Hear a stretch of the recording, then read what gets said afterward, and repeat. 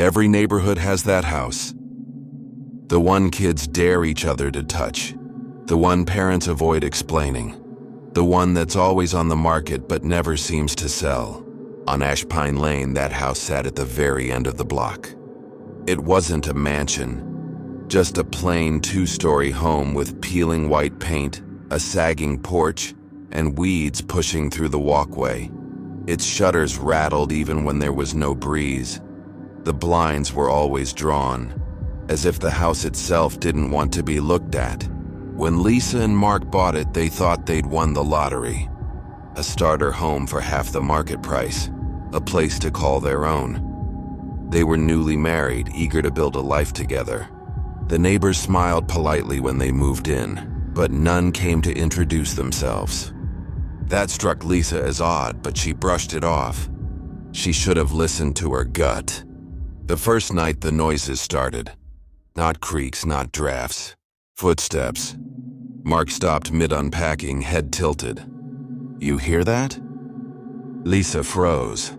The sound came from the upstairs hallway, steady, deliberate steps. But they were both standing in that hallway. They laughed nervously, telling themselves it was an old house settling, but neither of them slept well. The second night was worse.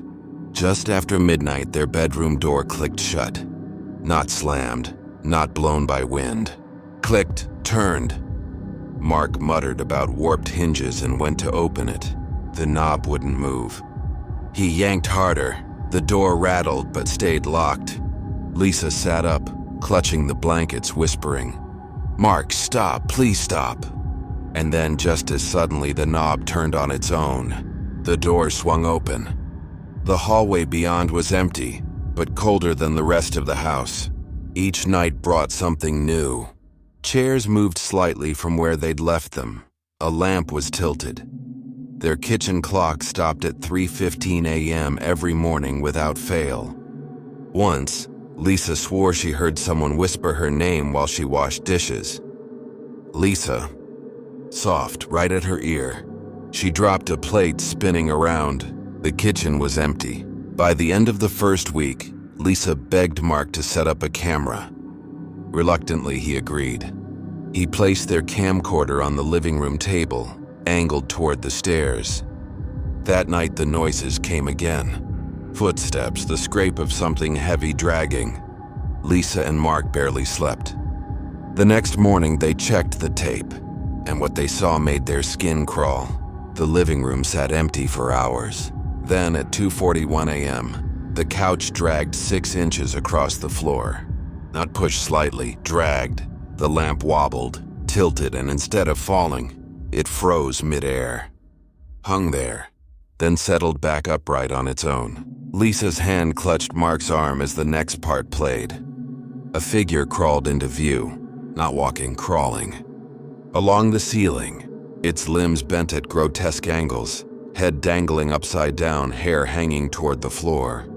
It stopped directly above where their bedroom would be, and it stayed there, watching. Lisa refused to stay another night. They checked into a cheap motel, promising they'd put the house back on the market immediately. But Mark wanted answers. The next morning, he returned to grab some clothes and check the footage again. That's when he noticed something new. The camcorder had stopped recording at 3:15 a.m., the exact time the kitchen clock always froze. And on the final frame, just before it cut off, the crawling figure lifted its head and looked straight into the lens. Its mouth moved, whispering something. When Mark cranked the volume all the way up, he barely made it out. "Welcome home." Lisa broke down when he told her. She wanted to call a priest, burn the footage, anything. But before they could decide, one of the neighbors finally spoke. An elderly woman watering her garden across the street called Lisa over. "You bought the Ashpine place?" she asked softly. Lisa nodded, hoping for reassurance. Instead, the woman frowned. "Don't stay there. Families don't last long. Not since the Harpers." Lisa's stomach sank. "The Harpers?" The woman glanced nervously at the house. "They lived there 10 years ago.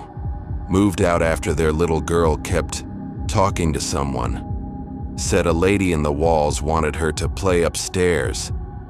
After that, the mother wouldn't step foot inside again. They just left. No notice, no furniture, just gone. She lowered her voice. You should do the same. Mark scoffed. Stories get twisted. It's just an old house, drafts, wiring. But that night, when he went back to pick up a few more things, he found something he couldn't explain away. The front door was unlocked. Inside, across the living room wall, words were scrawled in red. Welcome home, Lisa. Fresh, wet. And the couch was no longer against the wall. It sat in the middle of the room, directly facing the stairs. Mark staggered back, panic surging. Then he heard it. The sound of small feet, running across the upstairs hallway. Then a voice, high-pitched, childlike. Come play upstairs. The farmhouse had been empty for nearly 40 years. It sat on the edge of Maple Hollow, swallowed by crooked trees and weeds that reached waist-high. Its roof sagged, shutters dangled loose, and the path to the porch had been claimed by moss. When the Harrelson family inherited it from a distant relative, they thought it was a blessing. Free property, James Harrelson said, unlocking the swollen door for the first time. We'll fix it up, flip it, maybe even keep it as a vacation place. His wife Erin was less convinced. The moment she crossed the threshold, a cold draft whispered through the halls, though none of the windows were open. The air smelled faintly of damp wood and iron, and she couldn't shake the feeling that someone was watching from the upstairs windows. Inside, dust coated everything like a shroud. Furniture still stood in place, sagging couches, a dining table with 4 chairs, beds made with yellowed sheets. It looked as though the previous owners had stepped out and never returned. But the strangest thing was the mirrors. Every single one, above the fireplace, in the bedrooms along the upstairs hall, had been covered. Thick cloths nailed firmly into the frames. Even small hand mirrors were wrapped and tucked away. Superstitious nonsense, James muttered. But when 6-year-old Clara tugged on Erin's sleeve and whispered, "Why don't they want us to look at them?" Erin's stomach tightened. The first cover came down that night. James yanked a cloth away from the hall mirror with a laugh. See nothing. The mirror beneath was spotted with age, its glass wavy but intact. As James walked away, Erin swore she saw something move in the reflection. Not him. Something darker, standing too close to where Clara sat on the stairs. When she turned, the space was empty. For the first few days, the house stayed quiet. But Erin noticed the mirrors seemed to hum faintly at night, a vibration like glass straining. Then came the knocks. Soft, 3 taps, sometimes from the hall mirror, sometimes from the one above the dresser. And then Clara began talking about her friend. The girl in the glass, she said. She looks like me, but her eyes are bigger. At first, Erin brushed it off as imagination. But one night, she walked past Clara's room and froze. Her daughter sat on the floor, whispering into the standing mirror. And something whispered back. The incidents escalated. A mirror in the master bedroom reflected the closet door slightly ajar, though in the real room it was shut tight. When Erin opened the closet, it was empty. But in the reflection, a pale hand gripped the edge of the door. Panicked, Erin insisted they cover the mirrors again. James resisted, but finally agreed when the largest one in the dining room warped in front of his eyes. For a split second, he swore he saw another dining table inside it. And seated at that table were people, dozens of them, faces he didn't recognize. All smiling too wide, but even covered, the mirrors were restless. The cloths trembled as though something pressed from the other side. Sometimes Erin would glance up and see faint outlines moving beneath the fabric. Once she caught Clara giggling at a covered mirror. "They're waving at me," she said. By the third week, James grew angry. "This is ridiculous," he snapped, uncovering the largest mirror above the fireplace. He set their camcorder in front of it overnight. At 2:46 a.m., the footage changed. The mirror no longer showed their living room.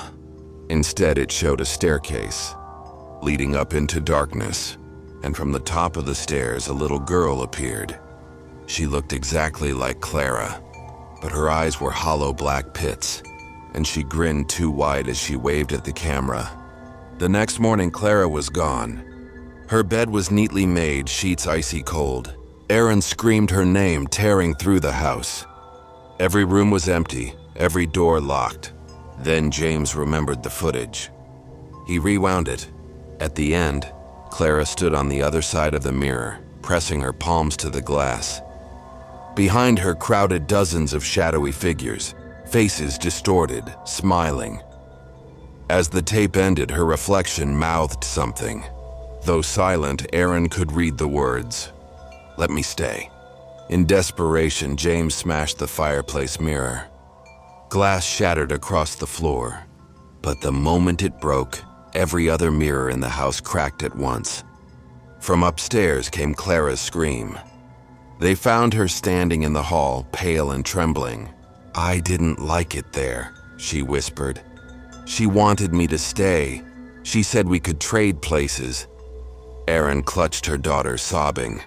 But when James glanced down at a shard of glass, his blood turned cold. Clara's reflection wasn't hugging her mother. It was staring straight at him and smiling. They fled the house that night, never returning. But weeks later, Aaron received a phone call from the town's historical society. They had records of the farmhouse. In the 1890s, it belonged to a family that practiced mirror seances. They believed mirrors were gateways. 2 children had vanished inside, never to be found. The last entry in the ledger was a warning, written in a trembling hand. "Do not uncover them, they watch and they wait." College students will endure a lot for cheap rent. That's how 4 friends, Alex, Jenna, Luis, and Courtney, ended up at Brookfield Manor. The house was massive, Victorian style with stained glass windows, winding staircases, and enough rooms to lose track of. It was the kind of house you'd expect in an old horror movie. But the landlord was practical. "Big house, low rent," he told them. "One rule, stay out of the upstairs room at the end of the hall.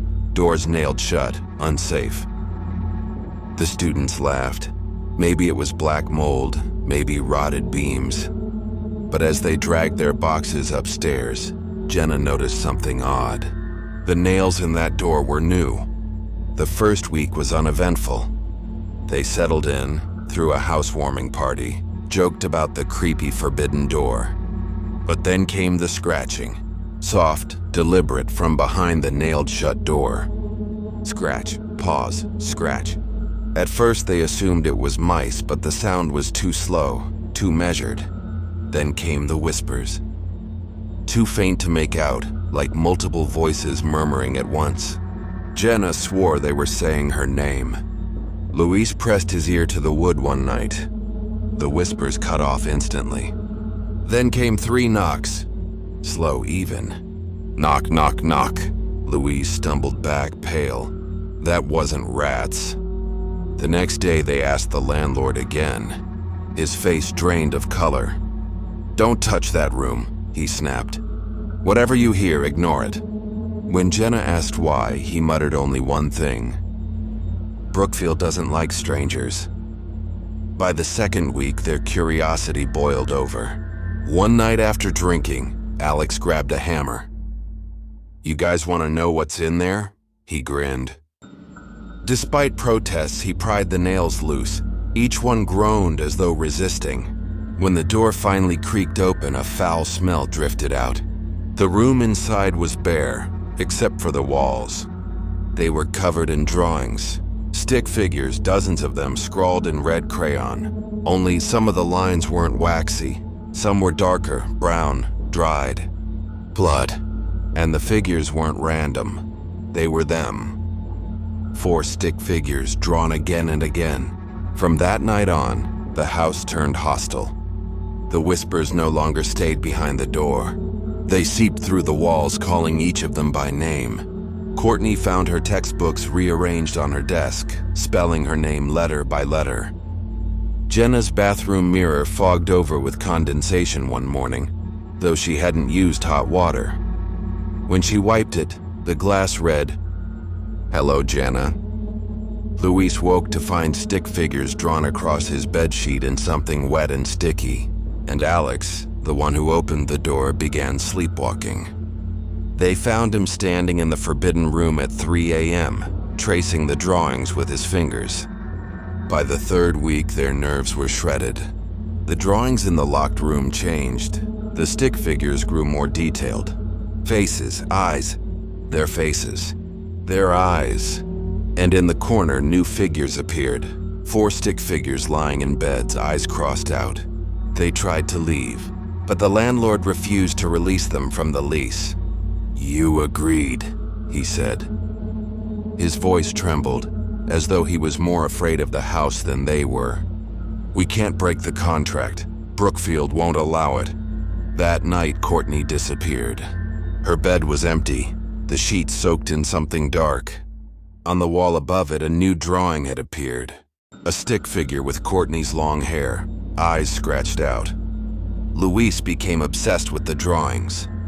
They found him in the basement, fingernails broken and bloody, scribbling stick figures on the concrete walls in his own blood. When they pulled him away, he whispered over and over, "They want us to match. They want us in the pictures." Soon after, Jenna vanished. The last time Alex saw her, she was standing in the hall outside the forbidden room, her hand pressed to the wall, whispering to something inside. Her figure appeared on the drawings the next morning. Now only Alex was left. He barricaded his room, hammer clutched in his hands. At 3:15 a.m., the house woke. Whispers swelled into screams, chanting his name. The lights burst, the walls trembled. The forbidden door banged open on its own, and inside he saw movement, figures crawling out of the drawings. Stick figures pulling themselves from the walls, growing taller, sharper, more human with each step.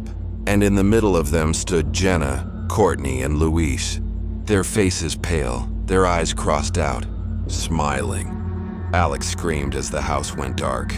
When the landlord checked days later, the house was silent, the rooms empty. But in the forbidden room, the walls told a new story. 4 stick figures stood together in the center, smiling. And every space around them had been filled. Hundreds of figures all staring outward, waiting for the next tenants. If you made it this far, thank you for spending your night with us. If these stories gave you chills, there's plenty more waiting. Don't forget to subscribe to Night Fear Stories for new terrifying tales every single night. Sleep well, if you can.